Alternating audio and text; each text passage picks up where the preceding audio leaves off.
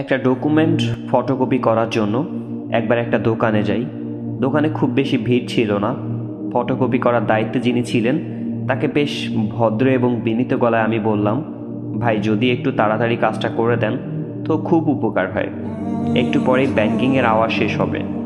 সময় মতো না যেতে পারলে তারা আমার কাজটা করতে চাইবে না।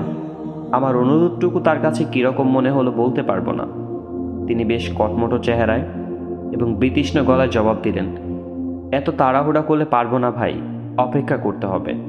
আমার পরিচিত লোকজন এখানে দাঁড়িয়ে আছে, তাদের কাজ রেখে আপনার কাজ করে দেওয়া আমার পক্ষে সম্ভব নয়। আমি তার কথায় খানিকটা দমে গেলাম বটে, তবে তার শব্দচয়নটা আমার মাথার মধ্যে কিভাবে যেন গেঁথে গেল। তিনি আমাকে বলতে পারতেন, আপনার আগে আসা লোকও এখানে অপেক্ষা করে আছে, তাদের কাজ না করে আপনার কাজ করা আমার পক্ষে সম্ভব নয়। আপনার যদি খুব তাড়াহুড়ো থাকে পাশের দোকান বা অন্য কোনো দোকান থেকে কাজটা করে নিতে পারেন ভাই। যদি তিনি এভাবে আমার কাছে তার অপারগতা তুলে ধরতেন আমি সত্যিই খুব খুশি হতাম, কিন্তু তিনি ভদ্রতার মাথা খেয়ে আমাকে জানালেন যে তার পরিচিত লোকজনের কাজ রেখে আমার কাজ তিনি করতে পারবেন না। যদিও আমি তার সেই পরিচিত জনদের আগেই এসেছি, সে যাই হোক, তিনি তার সুবিধা মতো সময়ে কাজটা আমাকে করে দিয়েছেন।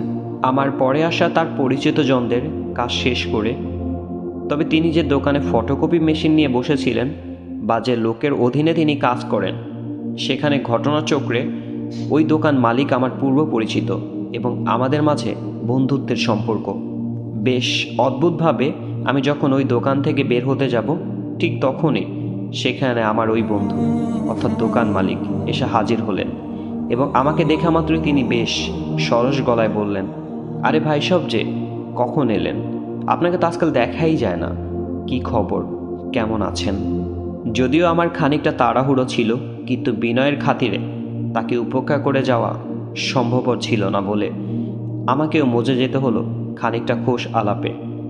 আমাদের এরকম খোশ আলাপে মশগুল হতে দেখে ফটোকপি মেশিনের দায়িত্বে থাকা সেই লোক বেশ ভ্যাবাচাকা খেয়ে গেলেন বলে মনে হলো। তার চোখে মুখে বিস্ময় এবং চেহারায় বিপন্ন অবস্থা। তিনি বোধহয় কল্পনাতেও ভাবতে পারেননি যে একটু আগে যার সাথে তিনি কড়া ভাষায় কথা বলেছেন সে তার মালিকের বন্ধু মহলের কেউ।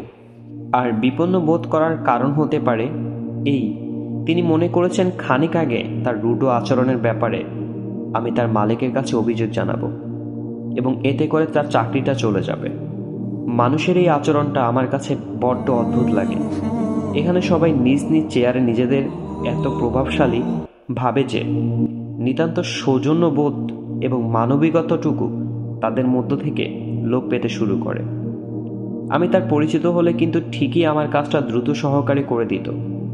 তাতে যদি আগে 10 জনকে অপেক্ষা করে রাখতে হতো তবুও, অথবা আমি যদি দোকানে ঢুকেই তাকে দোকান মালিকের পরিচয় দিতাম এবং বলতাম যে আপনার মালিক আমার ঘনিষ্ঠজন, তখন কিন্তু সে নিজের চেয়ার ছেড়ে আমাকে বসতে দিত এবং দরকারে আপ্যায়ন করাতে অতি ব্যস্ত হয়ে উঠত। কাজে টাকা তো নিতই না, দিতে গেলে লজ্জায় পড়ে যেত। এই যে দুটো অবস্থায় দুরকম আচরণ, এই আচরণগুলো মানুষ কেন করে? আমার ধারণা অন্তরে তাকওয়ার অভাব থেকেই সাধারণত মানুষ এমনটা করে থাকে। মানুষ ভাবে কেবল মসজিদে গেলে শুধু তারা আল্লাহর পর্যবেক্ষণের আওতায় আসে, অথবা সালাতে দাঁড়ালেই কেবল আল্লাহ সুবহানাহু ওয়া তাআলা তাদের দিকে মনোনিবেশ করেন। এর বাইরে দুনিয়ায় আর বাদ বাকি যা কিছু তারা করে এসবের কোনোটাই মনে হয় আল্লাহ সুবহানাহু ওয়া তাআলা তদারকি করেন না বা তিনি সেসবে নজর দেন না। এমন ধারণা থেকে কি মানুষ ইবাদতের বাইরে অনেক বেশি অন্যায় অন্যায্য কাজ জুলুমে নিয়োজিত হয়ে থাকে? হতে পারে।